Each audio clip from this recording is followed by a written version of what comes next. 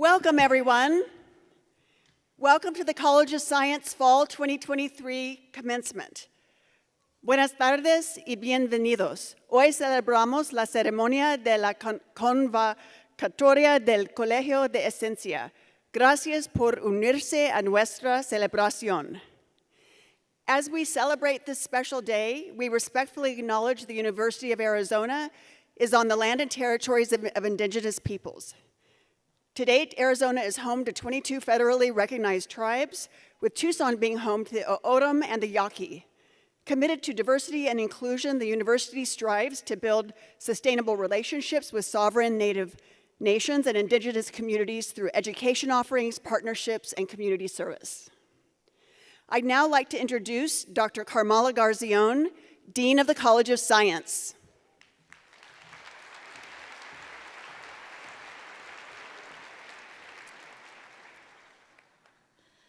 "2023 graduates, welcome and congratulations on the completion of your degrees.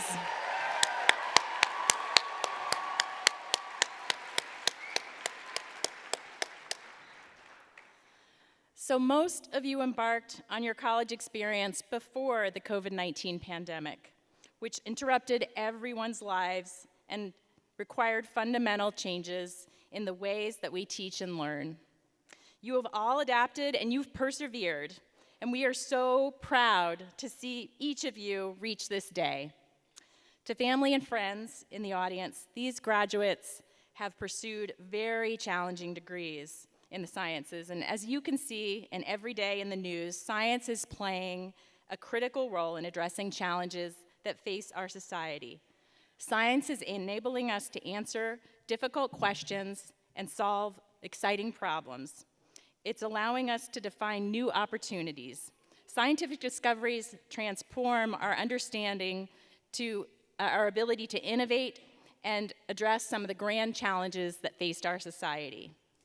These 2023 graduates have learned about, researched, and contributed to solving some of the most outstanding problems, and we are so excited to see where that takes them after their graduation. And so at this point, I'm very pleased to introduce our keynote speaker, Dr. Thomas Fleming. Dr. Thomas Fleming received his A.B. in physics from Cornell in 1982 and his Ph.D. in astronomy from the University of Arizona in 1988. After spending 4 years on the science team for the Rosat X-ray telescope at Max Planck Institute for Extraterrestrial Physics, in Germany, he returned to the University of Arizona in 1993, where he is now an astronomer and professor of practice. Dr. Fleming has served on several peer review and user committees for NASA, mostly in the field of X-ray astronomy. Since 1999, he has been responsible for public outreach and coordination of the Astronomy General Education Program at Steward Observatory. In the public evening lecture series, which started in 1922, Dr. Fleming is a past recipient of the University of Arizona's Provost General Education Teaching Award and Excellence in Academic Advising Award. He has appeared in the Naked Science TV series on the National Geographic Channel and in the PBS documentary Declining by Degrees, Higher Education at Risk. Please welcome Dr. Thomas Fleming.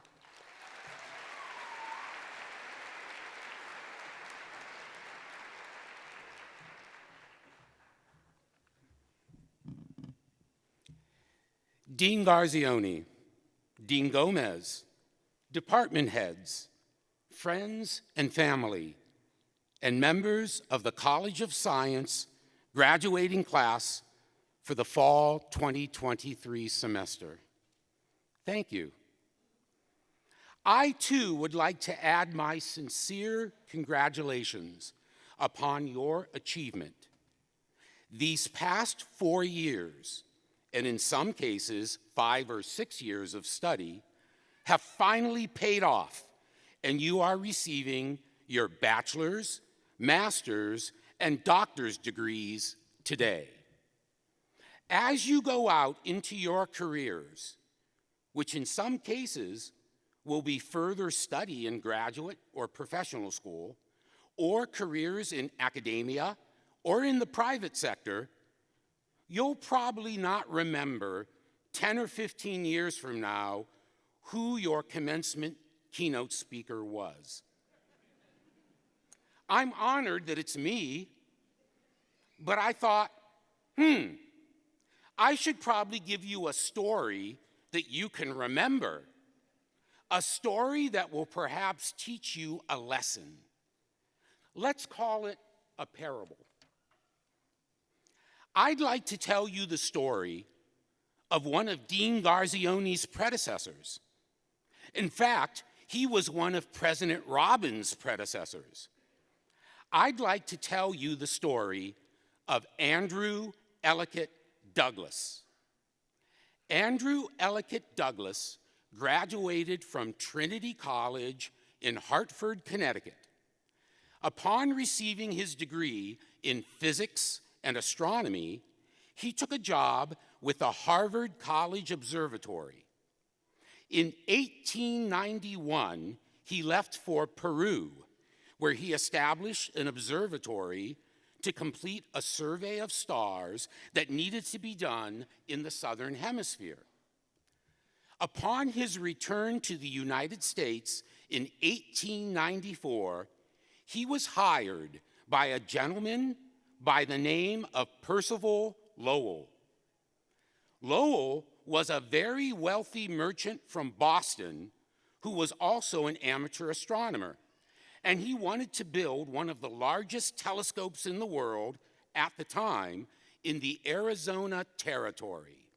So he sent young Douglas out to the Arizona Territory to establish the Lowell Observatory, which Douglas did in 1894 in Flagstaff, Arizona.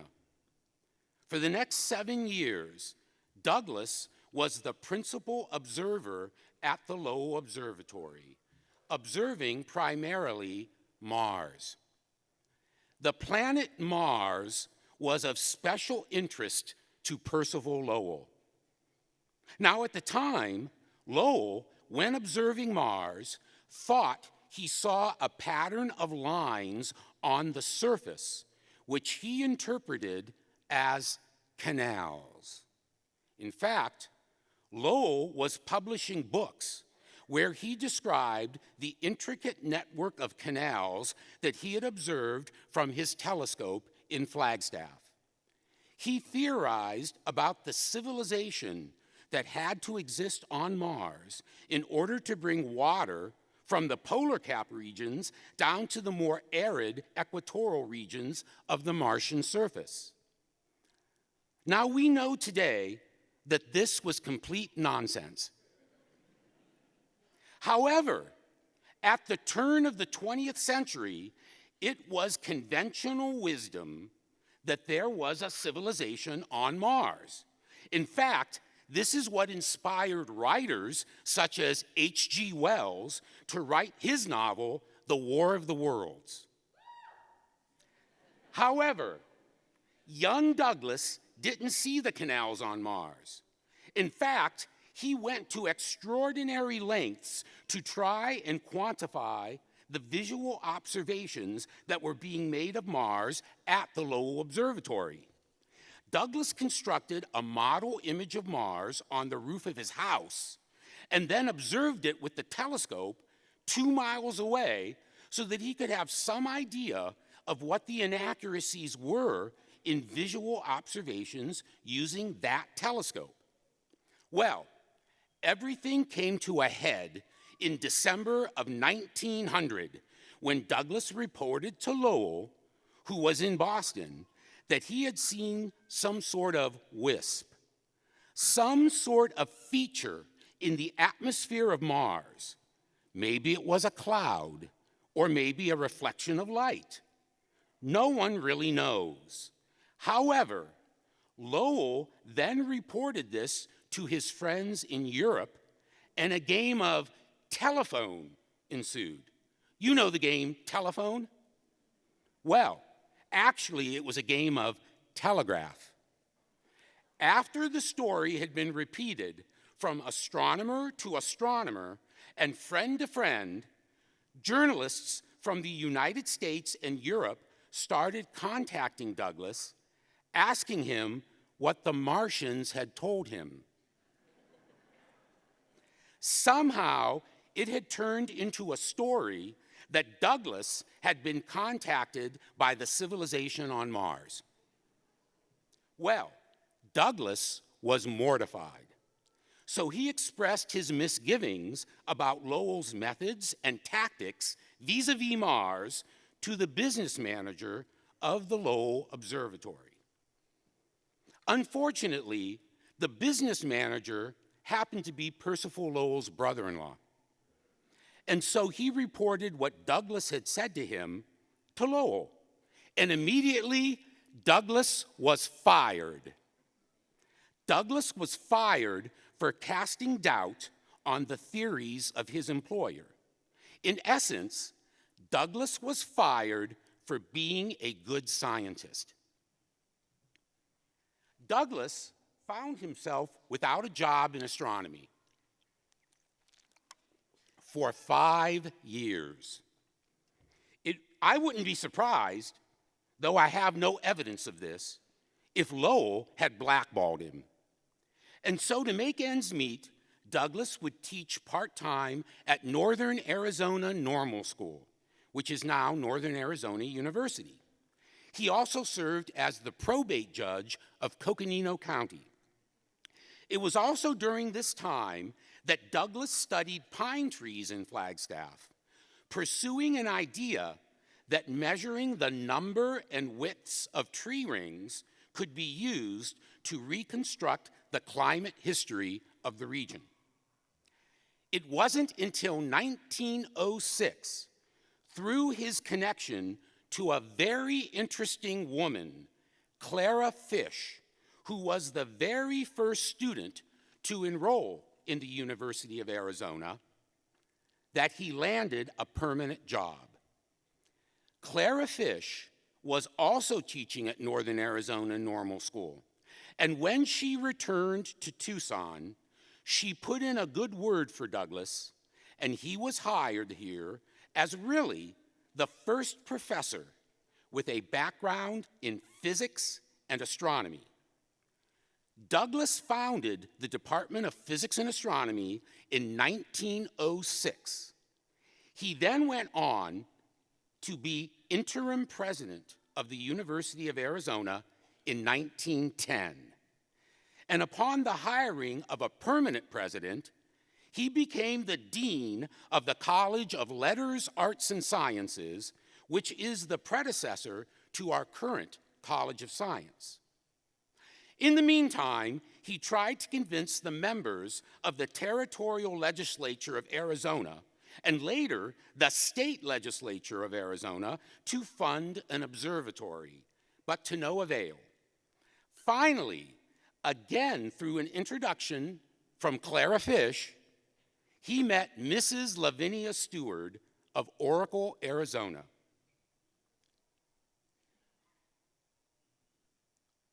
Mrs. Stewart's husband had become wealthy as a miller.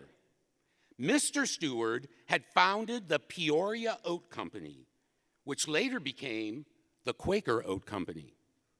In 1916, she donated $60,000 to the University of Arizona for the founding of the Stewart Observatory. After being delayed by World War I, the observatory was finally finished in 1922, and it was dedicated in 1923, 100 years ago. Douglas then, besides being a key administrator and faculty member at the University of Arizona, started astronomical research. In 1938, Douglas stepped down as director of the Stewart Observatory in order to establish the Laboratory of Tree Ring Research, which was the first institution to practice this new science of dendrochronology, counting tree rings in order to determine the past climate history of the Earth that he had invented. Douglas continued working at the university until finally retiring at age 92 in 1958. The University of Arizona owes some of its status as a modern university to Andrew Ellicott Douglas. In fact, the building right next door to Centennial Hall is named in his honor. He's also responsible, I would say, for the foundation of our modern physics department, astronomy department, and the tree ring department. But here was a young man who was fired for doing his job properly. He could have called it quits in 1901, but he didn't. He kept going. He invented a whole new science while trying to find a job as an astronomer. And I guess the moral of this parable is that sometimes things will go wrong in your life. You will meet with failure. You will meet with disappointment. Sometimes you will be set back for problems that weren't of your own making. And I guess the moral of the story of Andrew Ellicott Douglas is that you keep going. You learn from what went wrong. You pull yourself back up and you try again. And so, as you go off into your career, I hope that you will remember the story of Andrew Ellicott Douglas. And when you do fail, you will use it as a motivation to continue on the quest to meet your goals in life. Again, congratulations, and I wish you all the best of luck in your future career.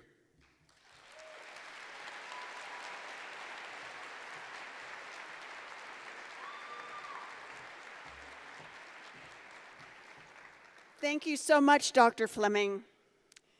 Before we hear from our student keynote speaker, let me introduce you to some facts about the College of Science and about the graduates of the College of Science that are here with us today. Students, did you know that 57% of you are women? Yep.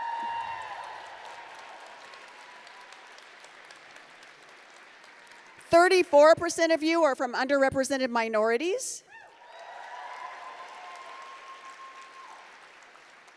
And 29% of you are the first in your family to graduate with a college education. Did you know that year after year, our psychology department leads the university in the number of graduates? Yeah. And I want to tell you about some of the discoveries that some of your professors have made in the past recent years. So from Diane Thompson in the Department of Geosciences and a team of international experts who used over 700 paleoclimate records from corals, trees, ice, cave formations, and sediments across the globe to form a comprehensive picture of how the global water cycle has changed during periods of higher and lower temperatures in the recent past, providing crucial information for helping us predict water availability as temperatures continue to rise. To John Ruiz, a health psychologist whose work on the Hispanic health paradox shows the epidemiological finding that Hispanics actually have health and mortality advantages compared to non-Hispanics, despite often having greater risks according to medical markers. To Eliza Tomat and doctoral student Yu-Shen Sung in the Department of Chemistry and Biochemistry and the U-Arizona Cancer Center, who recently discovered a new class of iron-targeting compounds that hamper the proliferation of cultured malignant cells in a laboratory setting. This team is working with our tech launch team at U-Arizona to license the technology to a company that will move it into the marketplace with a pending patent application. Yeah.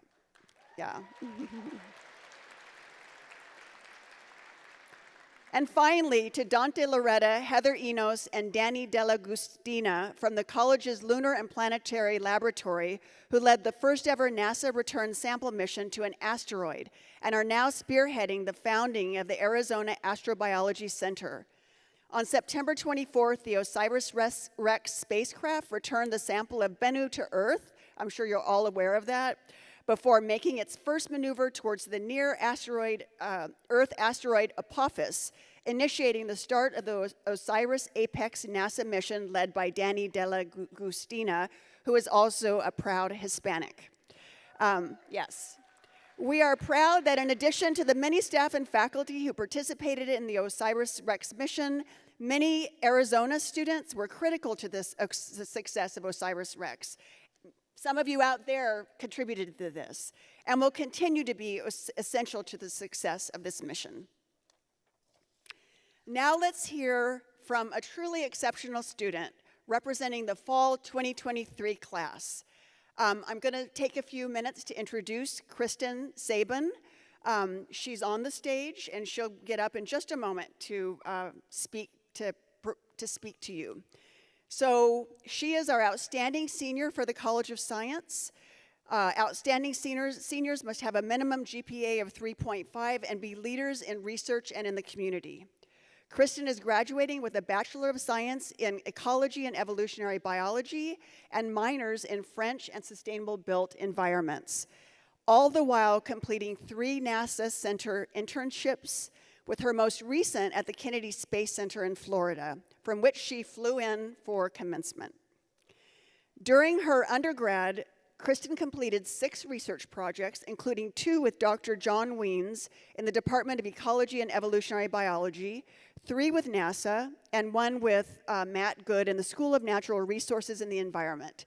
This has resulted so far in 2 published, first-authored, peer-reviewed papers, a 3rd in the publication pipeline, and several others under development.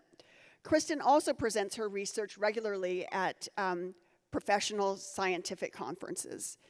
To add to this truly outstanding record of scholarship, Kristen dedicates her time to working at the think tank. This is a writing center to support her fellow Wildcats in achieving success. Kristen plans to pursue a PhD in evolutionary biology and become a professor to continue her scientific research and to teach and mentor the next generation of students. Go, Kristen. Yeah.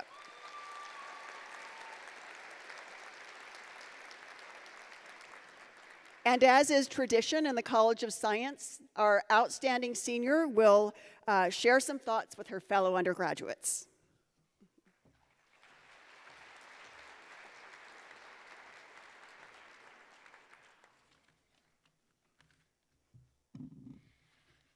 Hello there, fellow graduates, families, and friends. It is such an honor to be standing here with all of you today, and congratulations on this incredible achievement. To be completely honest, there was quite a few times during my years here that I did not think I would make it here. From taking Zoom classes online in my pajamas to staying up all night studying for dreaded organic chemistry finals, we certainly put in our fair share of work to be here today. And now that we're here and feeling all the emotions that come with graduation, the excitement and the relief, the fear and uncertainty, I'm finding it difficult to put into words just how transformative this experience at the University of Arizona has been. Like many of you, I have been interested in science since I was a little kid. I spent all the time I could watching Star Wars on repeat, mixing potions out of whatever soap I could find in the cabinet, playing with leaves and dirt and mud outside. I know I was a really messy kid. Sorry, Mom and Dad. But so when I first came to the University of Arizona, I knew I wanted to study something in science, but I found it really difficult to find what field exactly was right for me. I was very briefly a physics major, thinking one day I'd become a quantum physicist. And during some particularly rough times freshman year, probably again correlated with bad chemistry finals, I found myself in the colleges of humanities and social sciences as a French and creative writing major. Unsurprisingly, I really sucked at creative writing, and so I really quickly found my way back to the College of Science. Inspired by all the cool lizards and plants and shrubs around campus and in the Sonoran Desert beyond, I declared my major in ecology and evolutionary biology, and this time it actually stuck.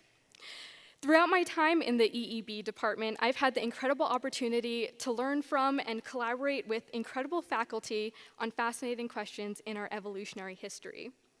However, I still found myself missing the other scientific disciplines that I dipped my toes in when I was a kid. I was still looking up at the stars and watching Star Wars on repeat, missing the space sciences. I didn't like feeling like I had to give up one scientific endeavor to pursue another one. It was during a trip to our Biosphere 2 facility that I realized I didn't have to. There, I was introduced to a niche intersection between ecology, evolution, and spaceflight. Pursuing this interest further, I spent some time with NASA working on questions in how can we turn astronaut pee back into drinkable water for our crew? How can we study the evolution of algae in space? And how can we someday grow plants on Mars, even though there's no colonies there yet? So, on reflection, I kind of think I'm just trying to be like Matt Damon from The Martian. Minus the whole stuck in space part, NASA would not like that at all. So while I was at NASA working on all these really cool projects, I was able to work with really diverse teams and collaborate with specialists in plant molecular biology, cancer biology, chemical engineering, physics, computer science.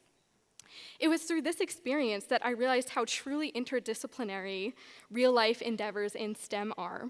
Not only do these niche intersections between our different disciplines exist, but they are necessary to pushing scientific advancement forward. When we go to Mars someday, maybe even in our lifetimes, we're going to need aeromechanical engineers to build the ships to get us there. We're going to need atmospheric scientists and geologists to study the weather and climate while we're there. We're going to need medical doctors to keep our astronaut crew healthy, and we're going to need psychologists to keep us sane on what will be an intensely isolating journey. Whether it's down here on Earth or up in space, studying our past evolution or creating future technologies, when we do this kind of groundbreaking work, when we push the knowledge and capabilities of humanity forward, we must do it together. There are so many intersections between all of our different passions in science, and I urge everyone here to continue to explore whatever interests you the most. Find the intersections of astronomy and art history that you couldn't choose between as a major, or paint a painting based off your biochemistry research, just to show how beautiful science can be. As we begin our next chapter, we're faced with uncertainty and many more obstacles awaiting us. In the wise words of Qui-Gon Jinn from The Phantom Menace, there is always a bigger fish. And as we go forward and overcome these obstacles, I encourage everyone to be open to what new opportunities they may afford us, even if it's a bit outside of your wheelhouse. Leaving here today is really scary, but I have the utmost confidence that equipped with the perseverance and curiosity that we've cultivated here at the College of Science, we will all go on to do amazing things. As I wrap up here, I just want to say thank you so much to my mom and dad, who have been constant sources of love and support, even from 3,000 miles away. I can't express how much your guidance has meant to me. Thank you to my friends and family, the Sabin siblings, Cody, Alex, Mama, and Marty, who have been my biggest cheerleaders. Thank you to Brittany, Jenny, and everyone at Kennedy Space Center for allowing me to end my internship a few days early to be part of this commencement. I miss you guys so much already.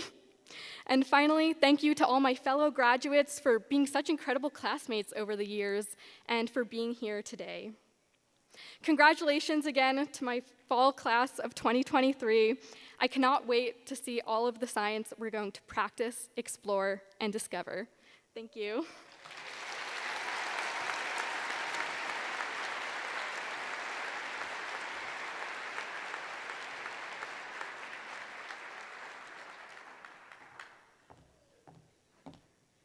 Thank you so much, Kristen, for those inspiring words.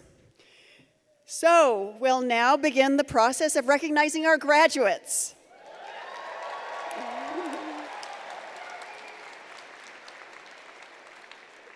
We ask that unless you're coming up here to cross the stage, that you stay seated until the end of the ceremony so we can all be here to recognize all of our graduates.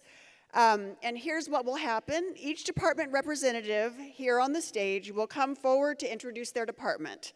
Students, when we call your department, undergrads should gather at the front of the group and graduate students at the back.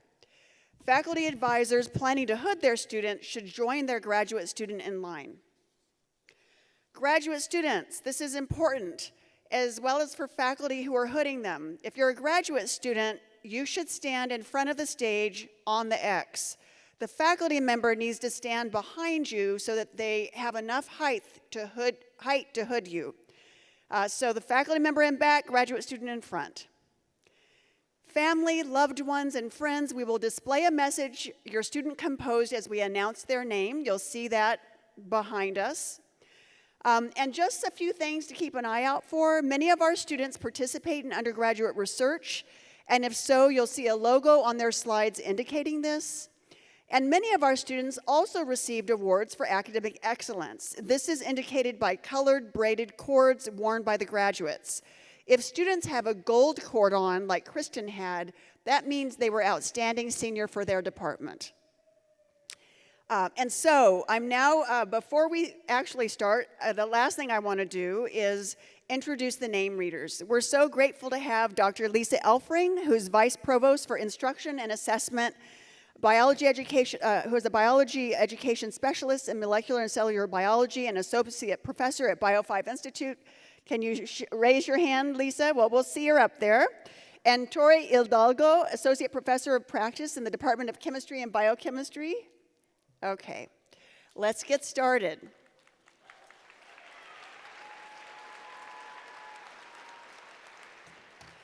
Buell Januzzi, the department head of astronomy and the director of Steward Observatory, will introduce that department. Good afternoon.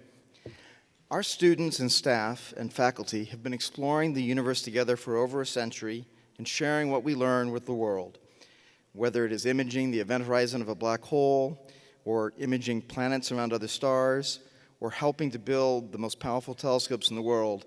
Our students have made the most of their time here at the University of Arizona.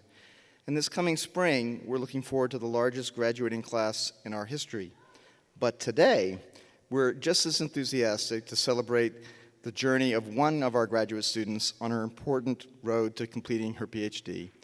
To all of you who have supported your graduating students so well, congratulations, and congratulations to all of our graduates today.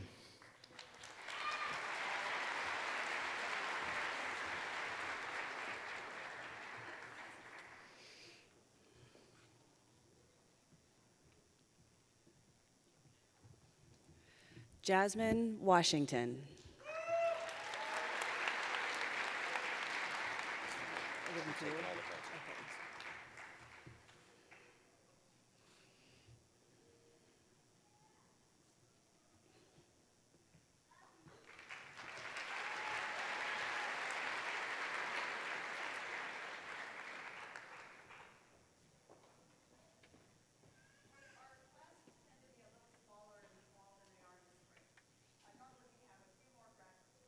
Astronomy. Now we'll hear from chemistry and biochemistry. Oliver Monti, a professor in that department, will introduce that department. In the Department of Chemistry and Biochemistry, we study nature and the world from atoms to molecules. Our students, staff, and faculty explore the biochemical mechanisms of disease, and they create molecular medicines to treat them. Discoveries in chemistry and biochemistry break new ground for energy-efficient electronics to detection of biomarkers and the origin of life in the universe. On behalf of all of us in chemistry and biochemistry, we congratulate you and your family on this incredible and wonderful milestone in your life.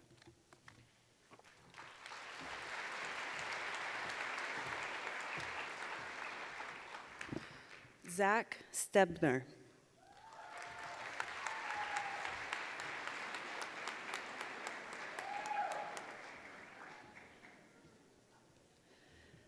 Caleb Seekins.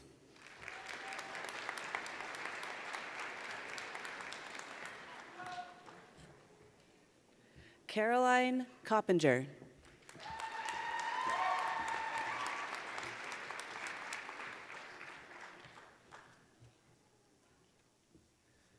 Lisi Torres.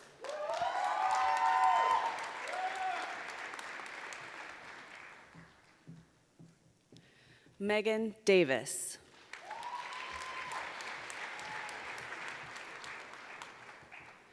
Margaret Nardo.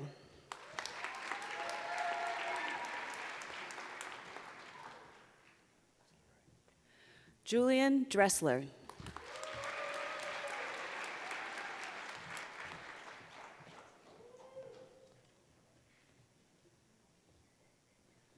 Hannah Goodman.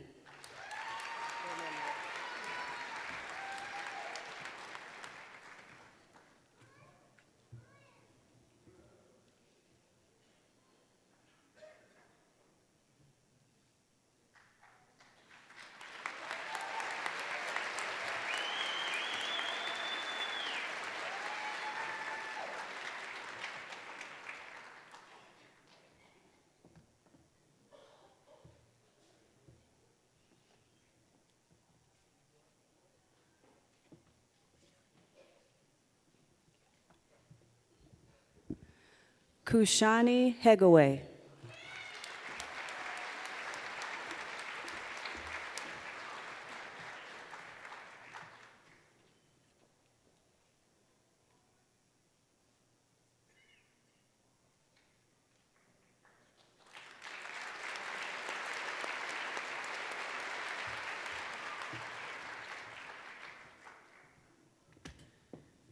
Yushin Sung.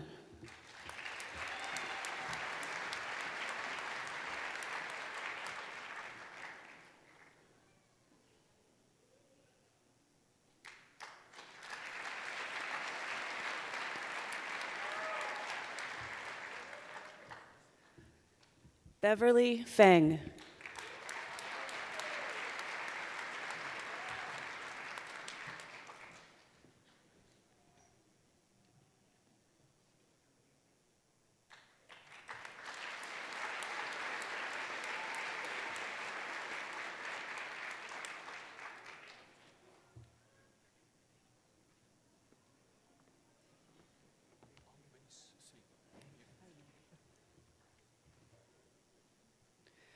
Ambesh Singh.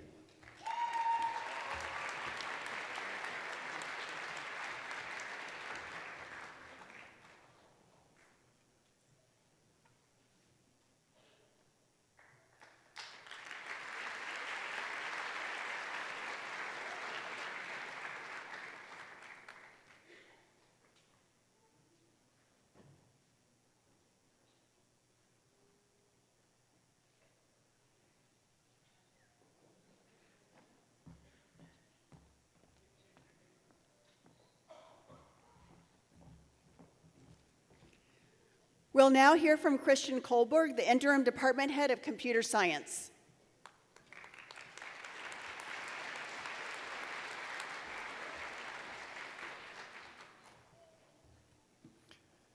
Computer science combines software engineering, mathematics, and logic to create and analyze the algorithms and programs that make technologies such as machine learning, cloud and high-performance computing, computer security, data management, visualization, computation, and biology, and yes, even the commencement cell phone selfies you're taking today possible.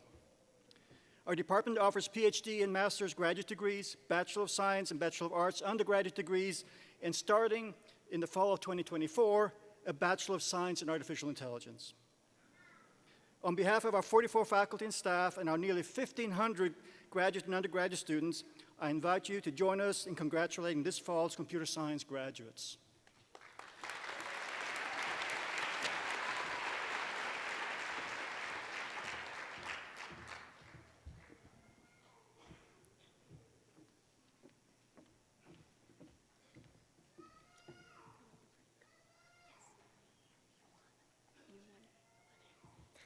Kapua Yowane.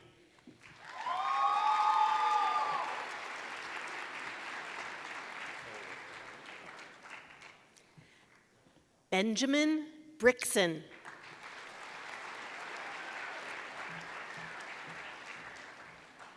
Nicholas Bell.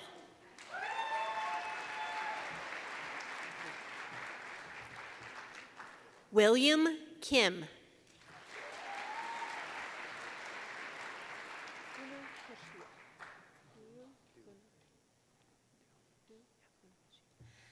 Du Funakoshia.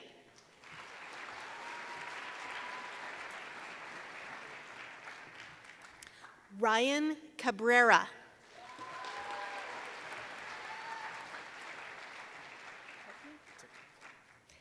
Nathan Teku.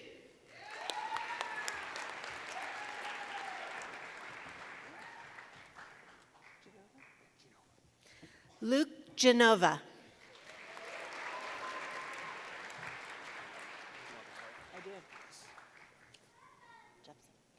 Seth Jepson.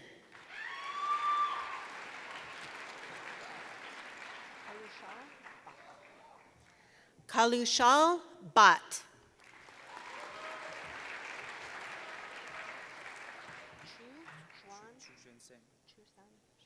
Chu Zan Seng.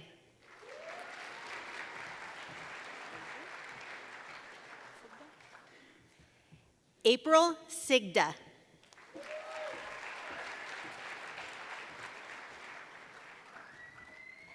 Francisco Gonzalez.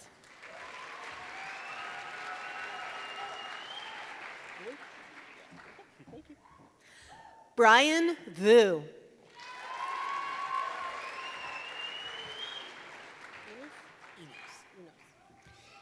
Dylan Enos.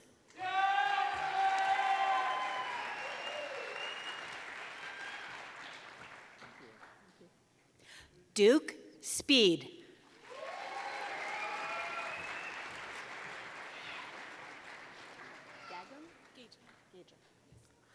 Audrey Gagem.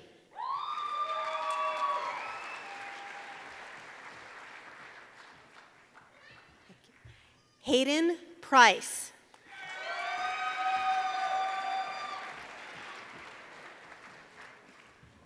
Kate Nixon.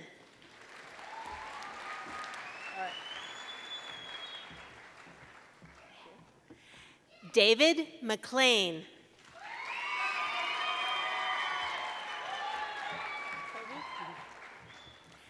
Jackson Covey.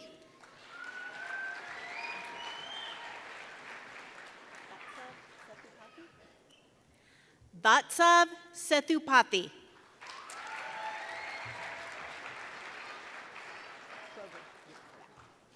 Logan Kroger.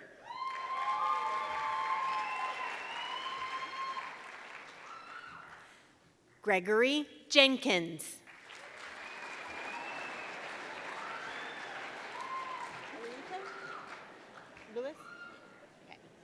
Louis Pellerito.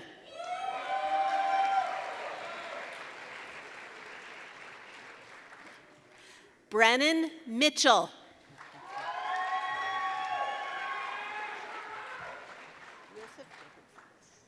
Joseph Jacobson.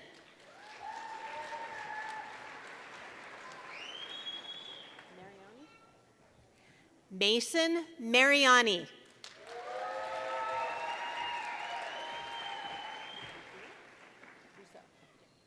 Sydney Rousseau.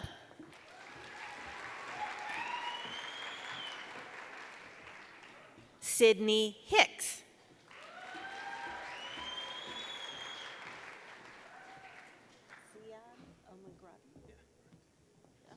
Ziad El-Maghrabi.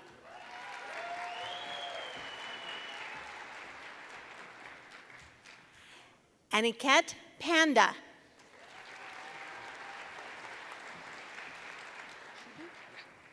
Caleb Shibu.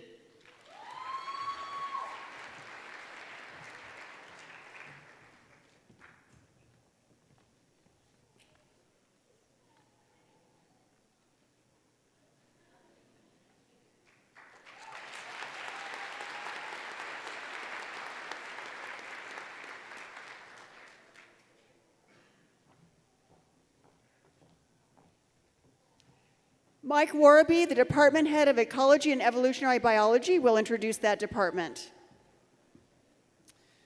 Well, what a pleasure to be able to congratulate our graduate students, undergraduate students, and friends and family of our students who made it possible and sent the students our way.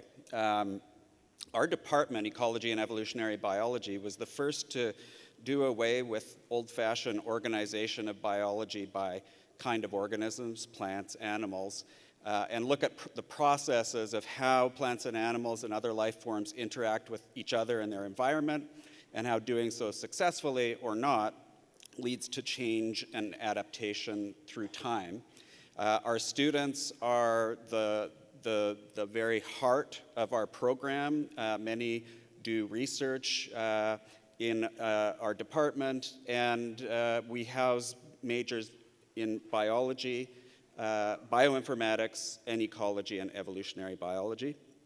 I want to suggest that as graduates, you use your understanding of the complex world of biology to understand the rest of this complex world, and if you can, lift up others around you with your knowledge and skills. Congratulations.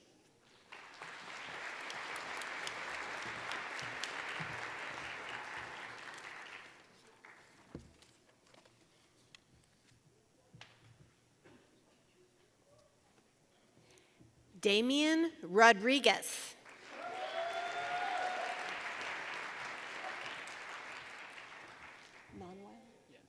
Ryan Nonweiler.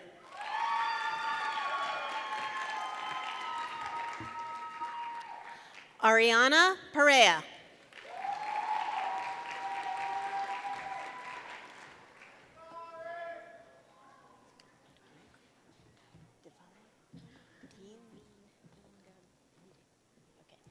Divine Ingabire.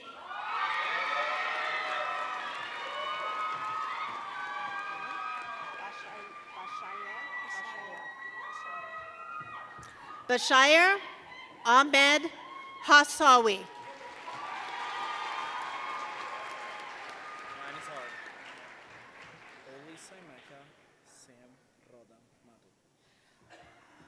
Olisameka Sam Rodam Madhu.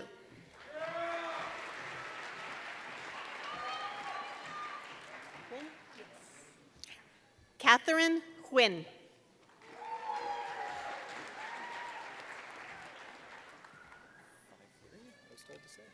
Okay. Do I look good? Zach Creevy. Jack, Oh, wait, Jack, John. Jack, Jack, John, just go to John. John Creevy. You're good.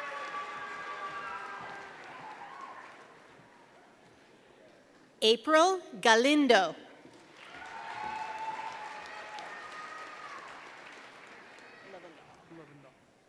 Jacob Lovendall.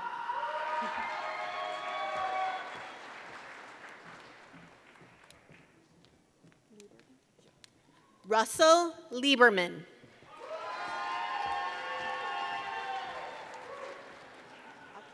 Yep. Okay. Vivek Aking.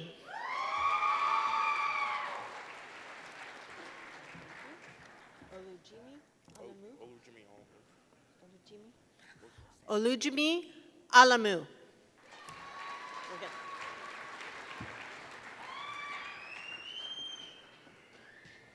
Sarah Tucker.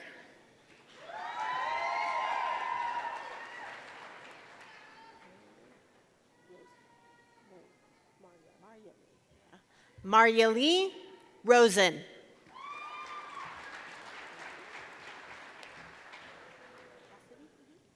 Samantha Cassidy.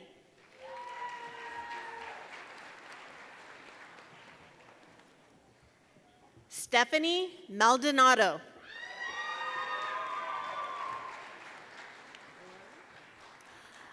Ariana Torres.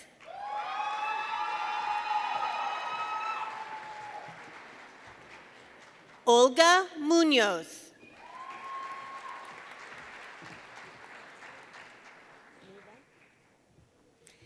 Maven Young.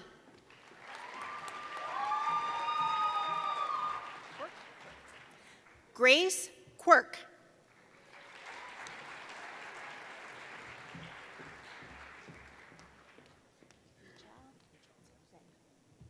Yichao Zheng.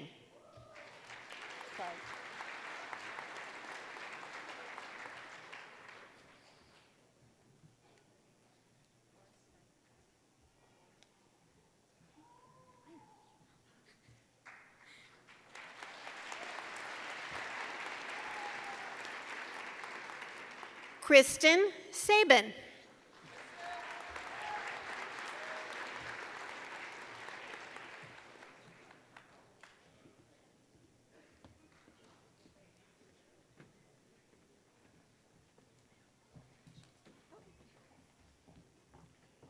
We'll now hear from Joellen Russell, the Department Head of Geosciences.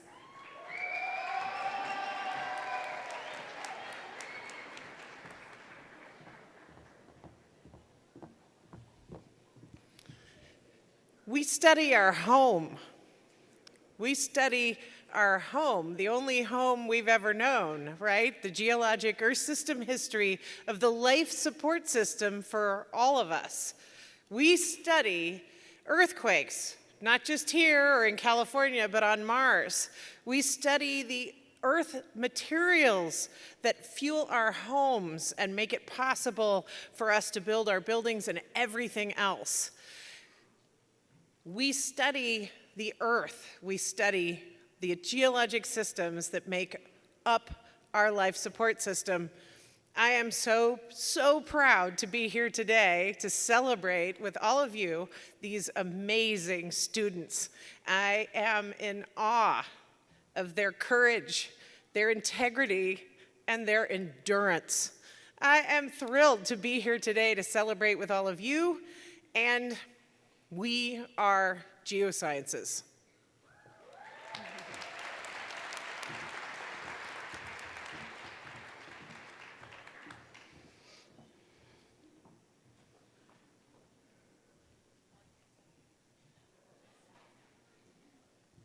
Faisal Sabor.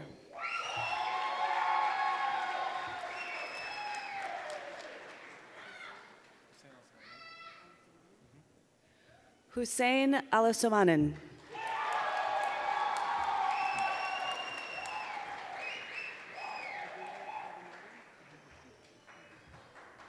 Amir Al-Gamandi.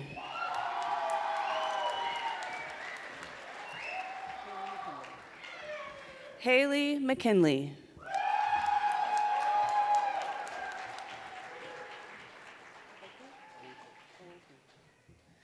Luke Aoku.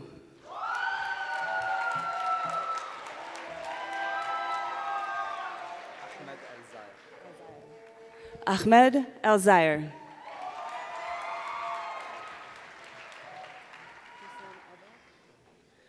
Hussein Al-Barak.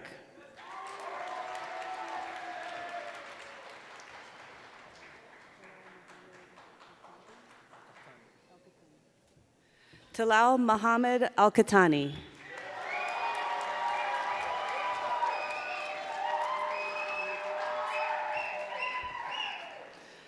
Ali Al-Mutawa.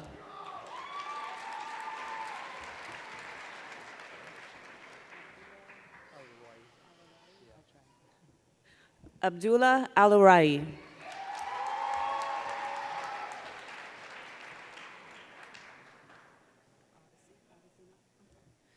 Odyssey Knox.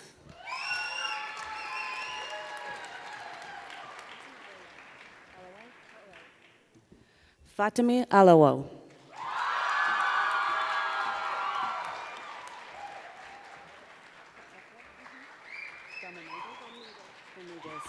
Tekla Dominguez.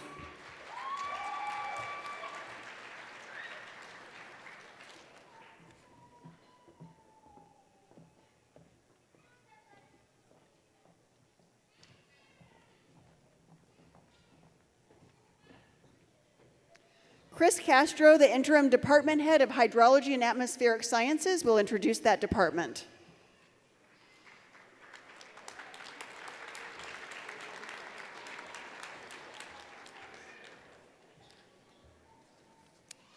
The Department of Hydrology and Atmospheric Sciences is leading the way in integrated and quantitative approaches to develop knowledge to solve challenges in water, hydrogeology, and weather and climate. Our collective work as a department is helping to create a more resilient and sustainable world. We continue to move forward as a community in a process of recovery and renewal towards a brighter future in courage and love. As interim department head, I am so proud to introduce our fall semester 2023 graduates.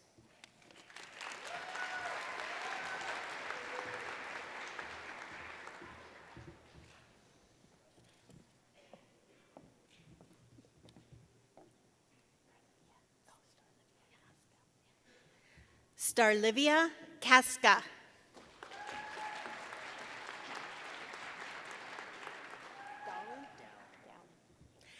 Dallin Cook.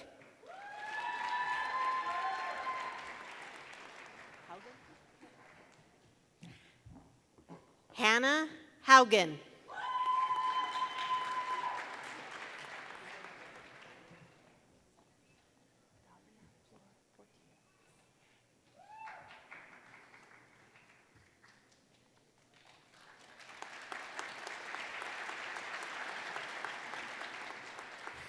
Dahlia Flor Portillo.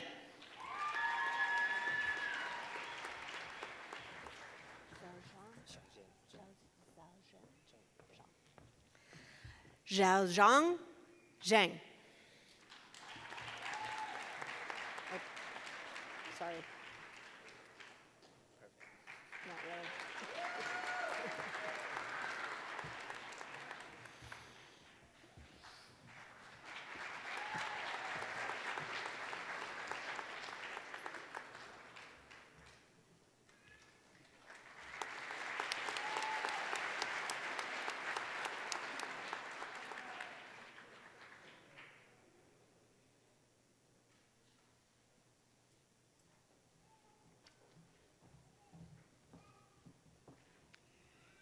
David Glickenstein, Associate Department Head of the Graduate Program of Mathematics, will introduce that department.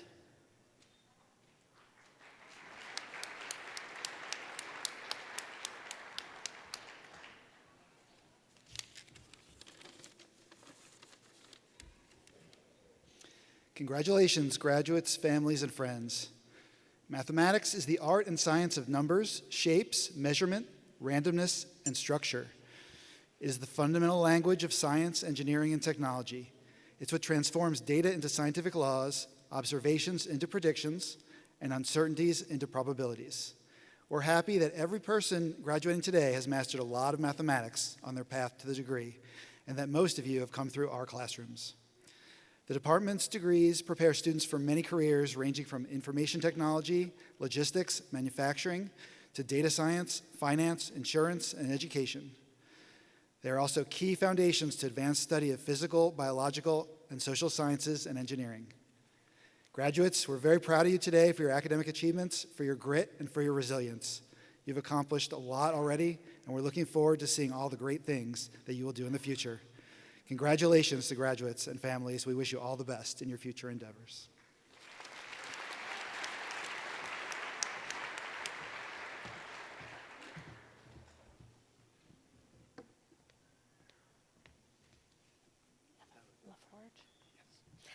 Evan LaForge.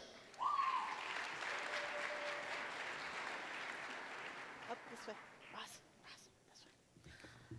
Ross Carley.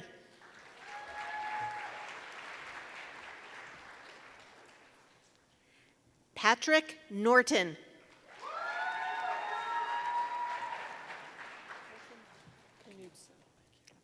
Carson Knudsen.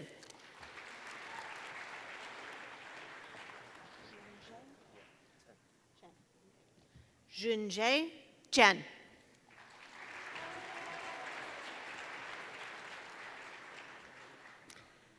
Brian Bell.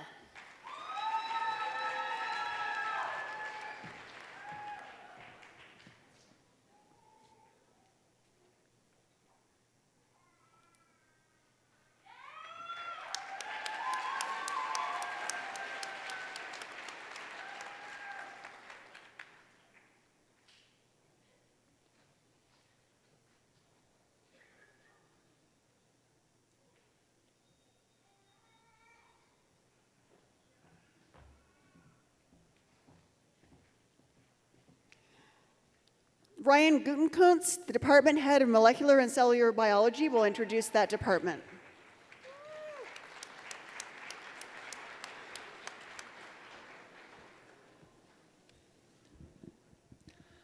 All life on Earth, from the tiniest viruses to slime molds to you and me, uses the same molecular machinery. In molecular and cellular biology, we use that unity so that we can address questions such as, how did life transition from single isolated cells to complex multicellular organisms like us? Or very practical questions like, how can we block the interaction of these two specific proteins to help treat breast cancer? Our students and faculty thus seek to understand life from its earliest beginnings to the patient's bedside. Our graduates will serve their communities as physicians, as researchers, as educators, and beyond. It has truly been our privilege to help them learn, and we look forward to following their journeys as they transition from students at the University of Arizona to now being alumni. Thank you.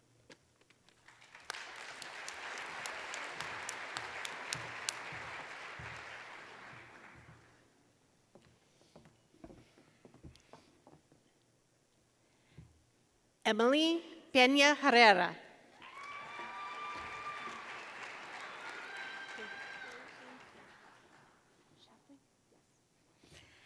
Leah Shapley.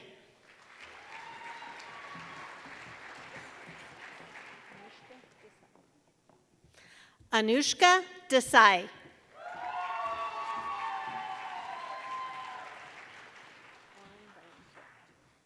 Juan Valenzuela.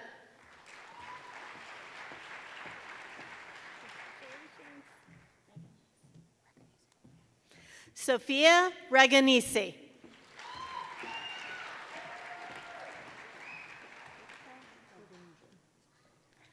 Ritika Ravindran.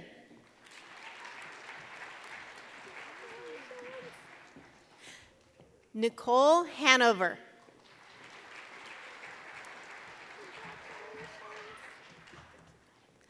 Charlotte Chance.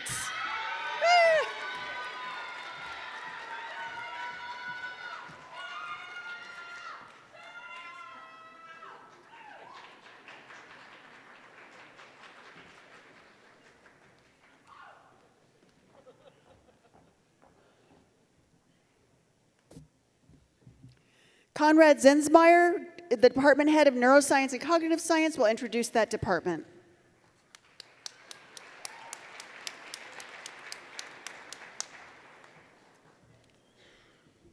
The Neuroscience and Cognitive Science program is a multidisciplinary program. Neuroscience studies the brain. Cognitive science really studies the human mind. What does that mean? What is the challenge? The challenge here is to decipher how the 80 billion nerve cells and up to 1,000 trillion connections of the human brain process the information to make you run, make you talk, learn, think, laugh, and ultimately make you actually you.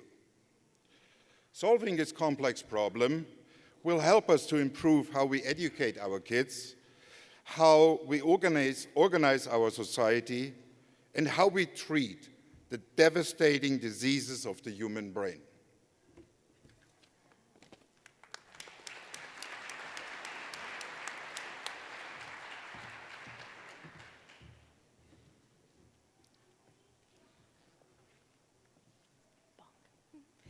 Catherine Bonk.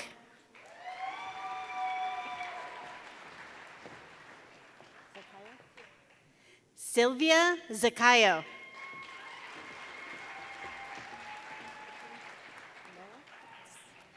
Noah M. Ritter.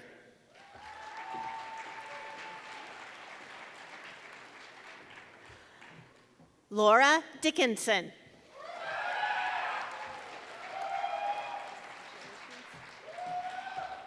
Natalia Miranda.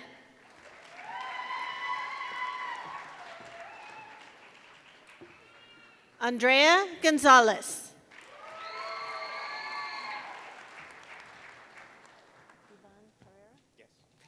Ivan Pereira.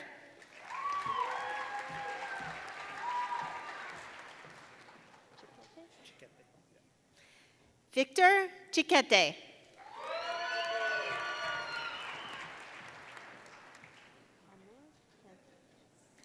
Amour Canty.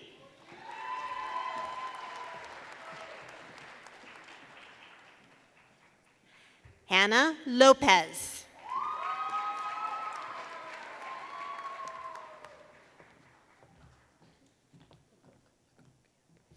Monique Lecoq.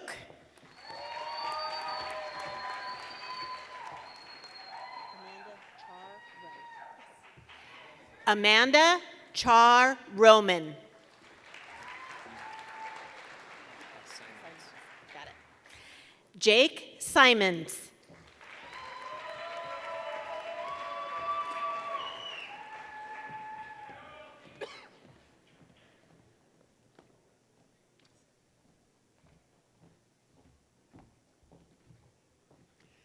Department Head and Professor Shufang Su will now introduce the Department of Physics. I first trying to see what they put there for physics. The good thing is I don't need to explain what physics is. If you think physics is hard, it is. So congratulations to all the physics students and those of you who taken physics class. You did it, you made it. Great job.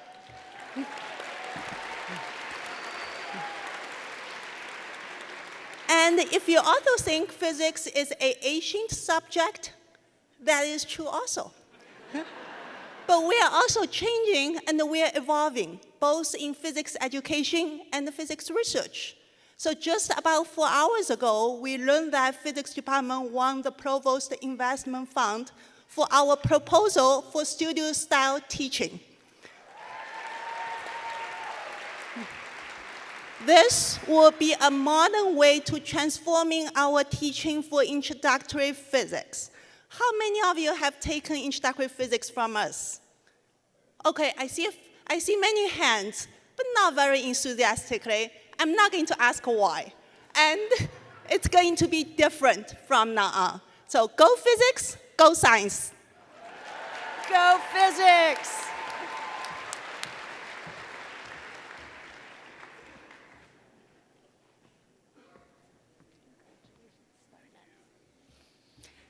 Andrew Steinmetz.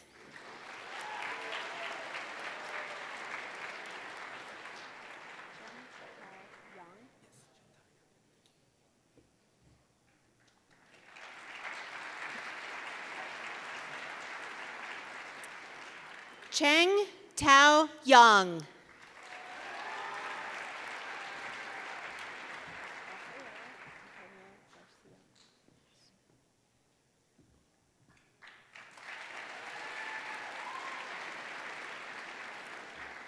Rafael Antonio Garcia Mar.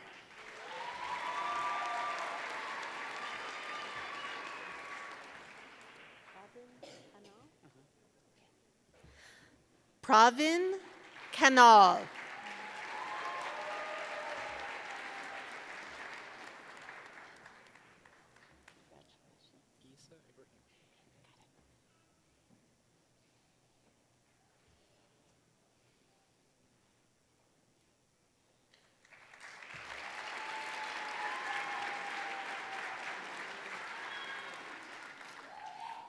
Isa Ibrahim.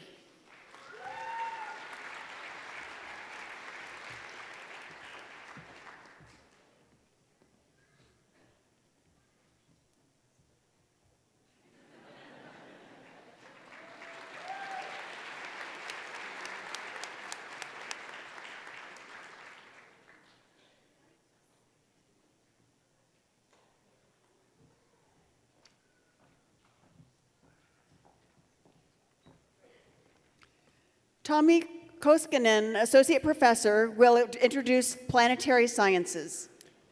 Hello, everybody. It is an honor to be here today. The University of Arizona's Planetary Science Department was the first academic department dedicated solely to the study of planets and moons in our solar system. And today our faculty and students are exploring our place in space by studying the planets, moons, asteroids, and comets, not only in our own solar system, but also in distant extrasolar planetary systems. So whether we are studying the habitability of extrasolar planets or the samples brought back from the asteroid Bennu by OSIRIS-REx, or indeed the canals on Mars, in the end we come to view our own home world with new eyes. So congratulations to all graduates, friends and families today, and please join me in recognizing our fall 2023 PhD recipient.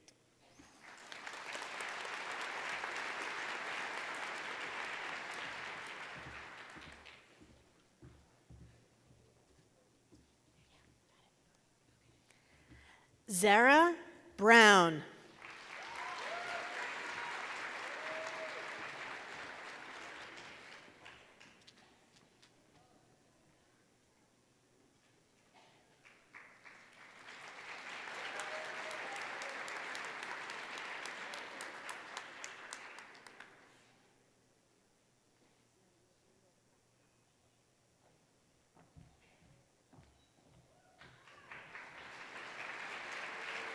Department head and professor of psychology, Lee Ryan, will introduce that department. Hello, psychology. It's hard to put into a single sentence what psychologists do because we do so many things. But we can say that everything that we do in psychology is related to health, healthy minds, healthy brains, and healthy lives. Our faculty and our students work together to solve problems and work on issues that affect all of our lives. Depression and anxiety, loss and bereavement, aging and the disorders of aging, like Alzheimer's disease and Parkinson's disease, and so many other things. Our students go away with skills that serve them well in many different careers: psychological research, clinical work, medicine, education, law, business, school, and many other careers. I'm particularly proud to say that the psychology major is the largest on the campus of the University of Arizona, and we are also the most diverse. So more than 50% of our graduating class is from underrepresented groups, and many, many of those are the first in their families to graduate with a college degree.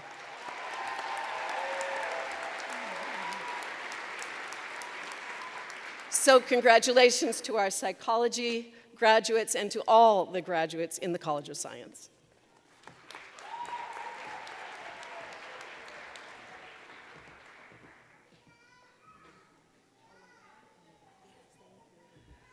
Larissa Oliveira.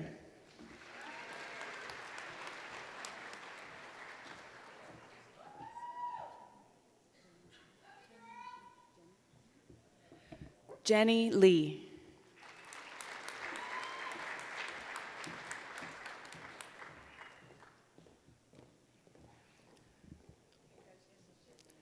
Sammy Sin.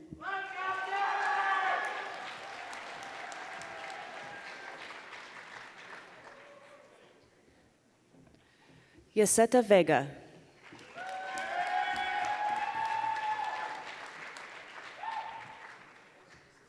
Lauren Arnold.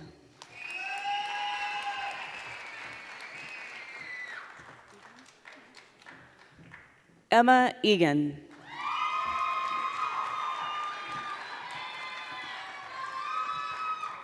Shannon Morris.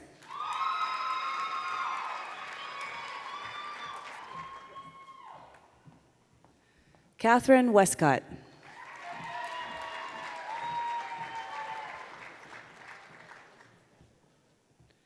Janelle Montes.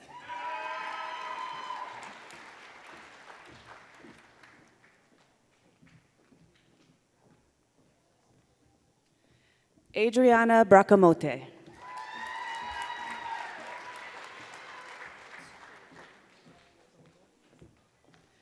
Sydney Fobel.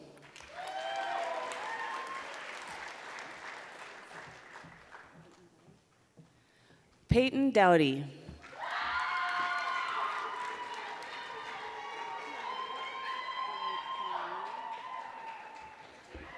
Dianili Gonzalez.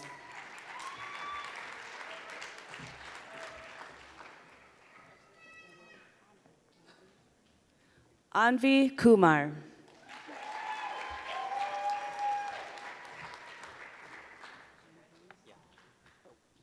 Zhenkang Wu.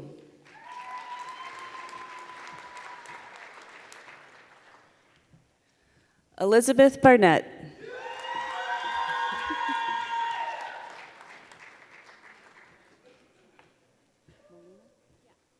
Vanessa Molina.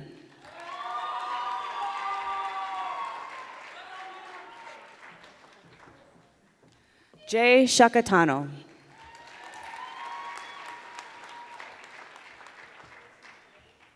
Ethan Olson.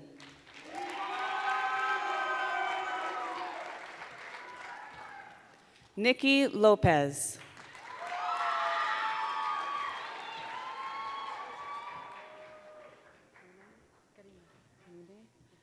Karime Ruiz Escobar.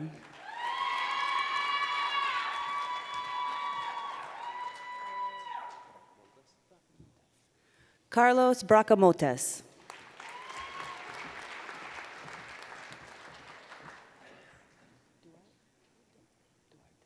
Jessica Vega Duarte.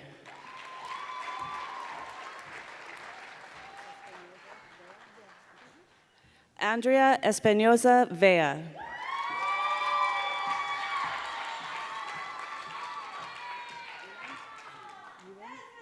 Benjamin Yulin.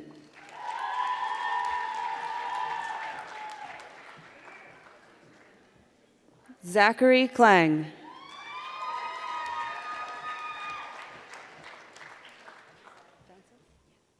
Riva Francis.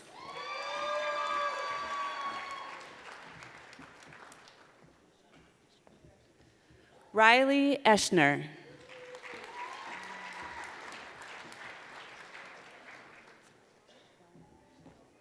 Anna Rose Galwan.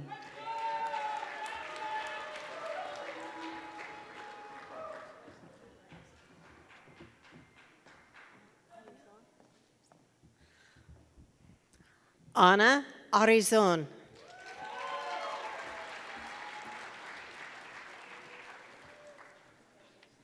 Sarah Randolph.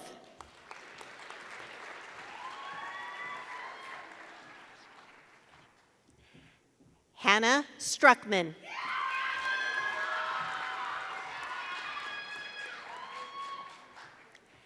Haley Bronson.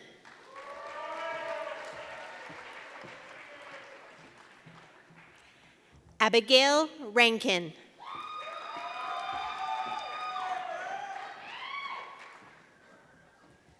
Kendall McPherson.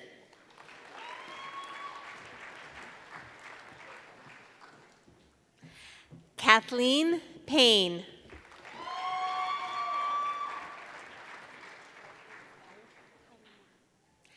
Hallie Moore.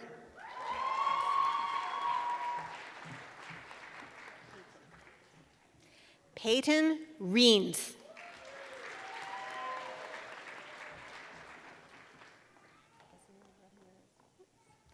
Esme Ramirez Valdez.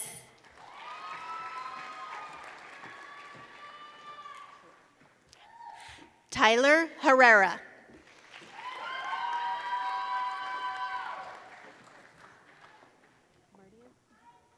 Carolyn Mardian.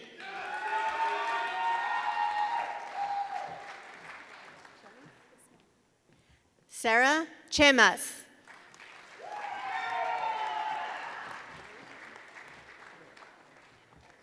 Maria Guerrero.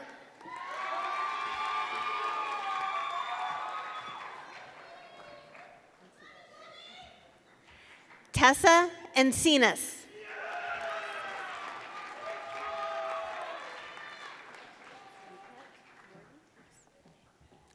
Nuket Nordi.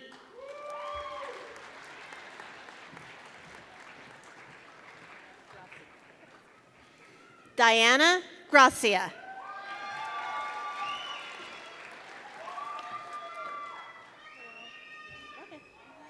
Noelle Wilson.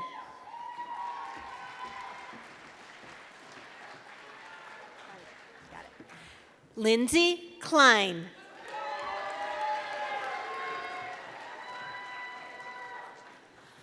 Jocelyn Soto.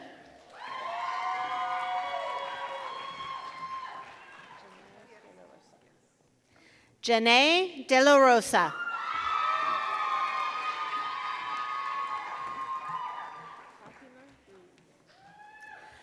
Fatima Ruiz.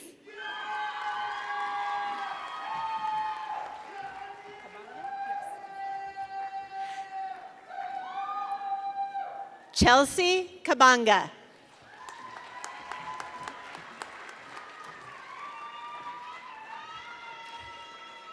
Bianca Valenzuela.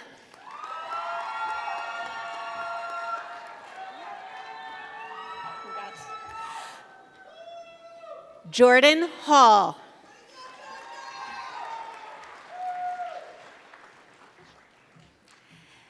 Jamie Fisher.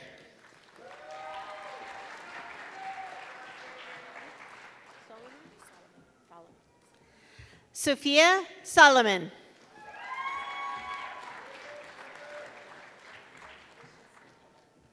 Olivia Butler.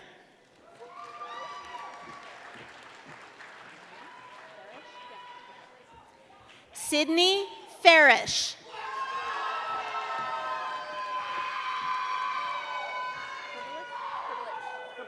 Got it. Olivia Herbelich.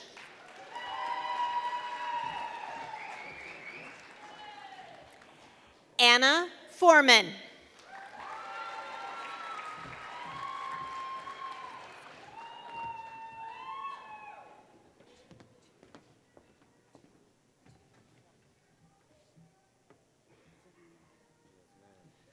Sydney Michael Thomas.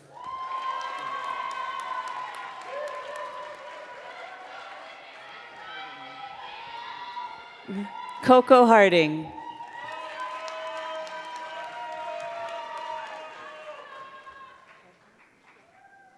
Nicole Parkhurst.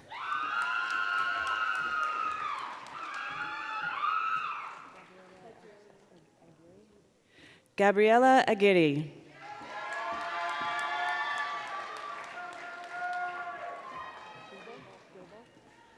Christina Gable.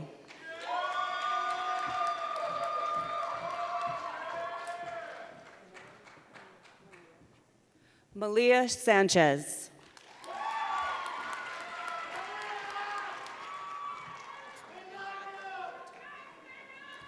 Morgan Radler Havatone.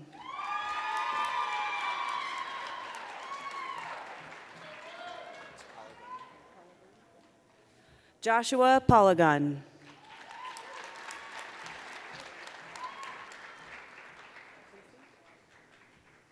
Jerome Casey.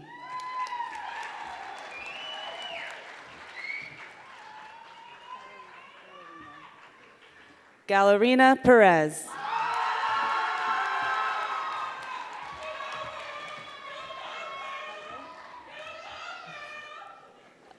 Olivia Hyder.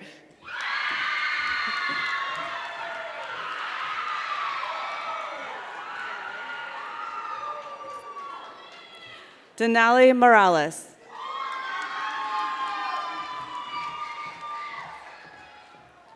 Brooklyn Harris.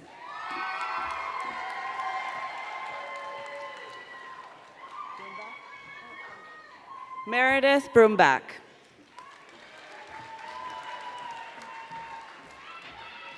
Diana Way.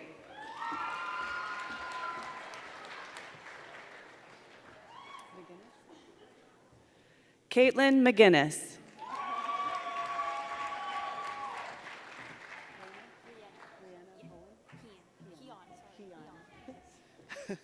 Brianna Heon.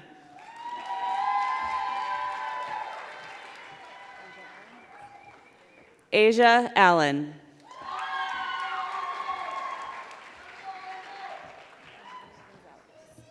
Angelina Gonzalez.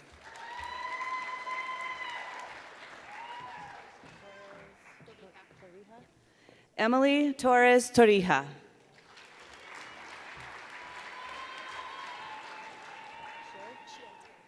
Lauren Shield.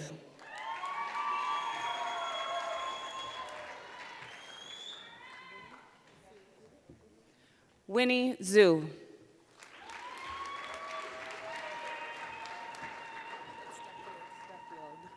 Ashley Duffield.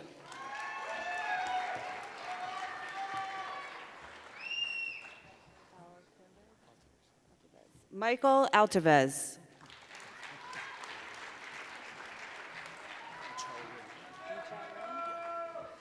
Yu Chao Ren.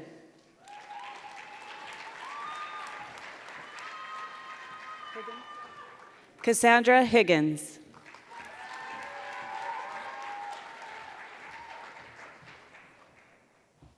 Alexa Gonzalez.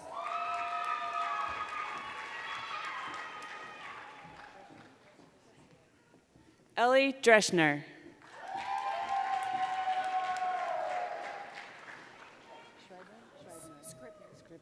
Catherine Scribner.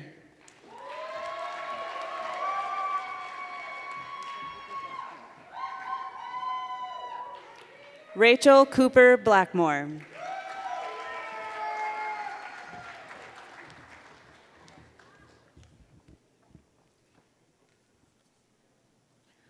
Autumn Peterson.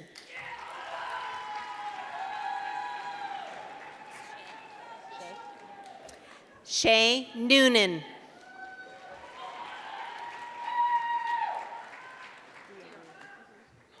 Diani Rodriguez.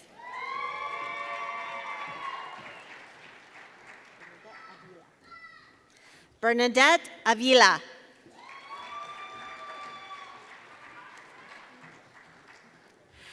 Destiny Whitaker.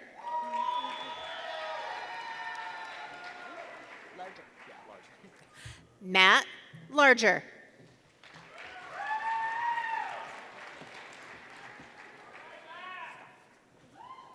Mary Stoft.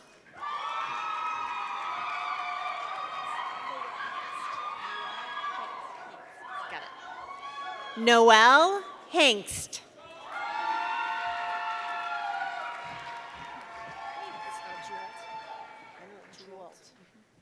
Angelina Jewalt.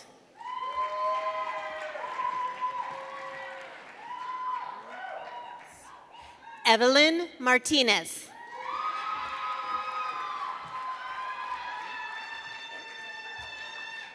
Jacob Griffin.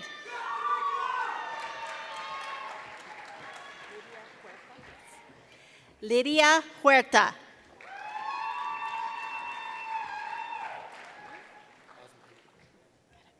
Oz Mohammed.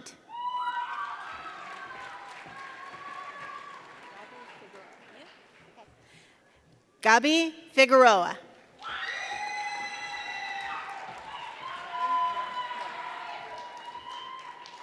Devin Moya.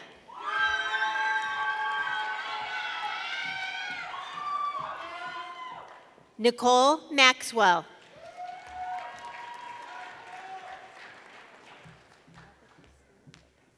Martha Christina Lopez.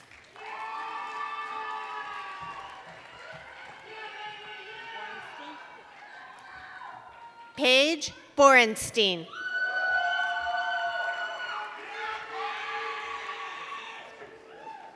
Mason Casper.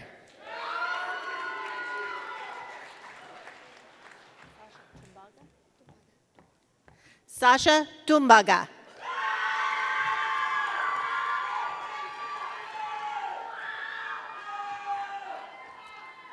Yuchin Allison Chen.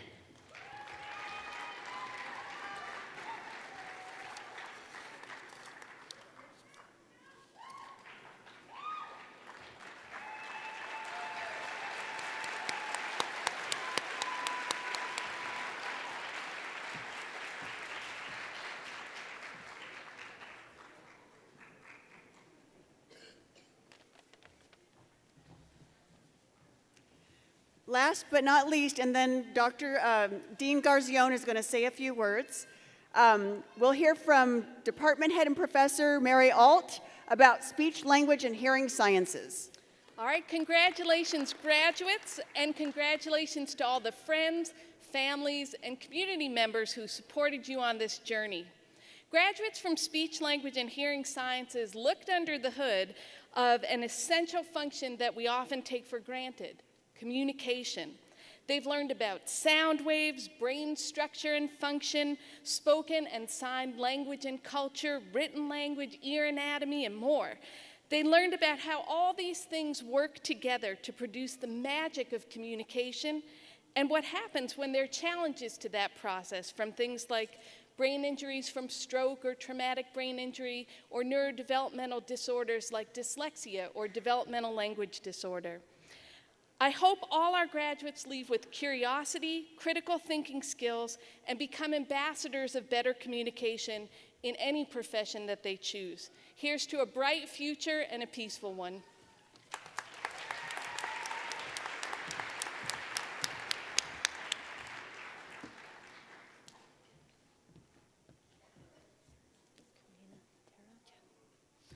Karina Terran.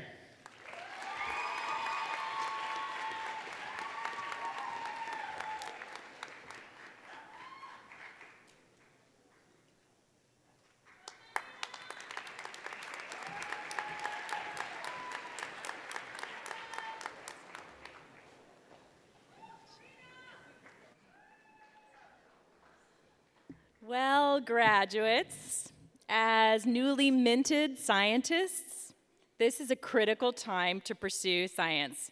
We encourage you to continue to feed your curiosity, continue to explore, and continue to discover.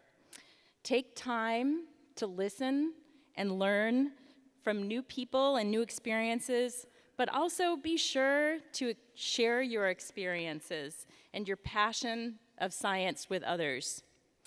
Your work will help make our world a better place to live, and we are grateful for you for helping to spread the understanding of the value of science in society. We look forward to seeing where your journey takes you, and so please stay in touch with us. Stay in touch with the College of Science, your departments, your friends at the University of Arizona, and the university. Congratulations, everyone. We're so proud of what you've accomplished.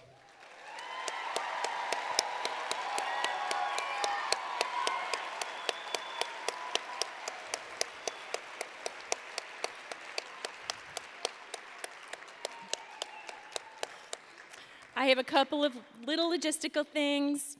I'd like everybody to stay seated until the recessional and graduates have left the building, and we invite you to join us in the Women's Plaza adjacent to the building for some refreshments and just a nice gathering. So we'll see you outside, and we'll do the recessional now. Congratulations again, graduates.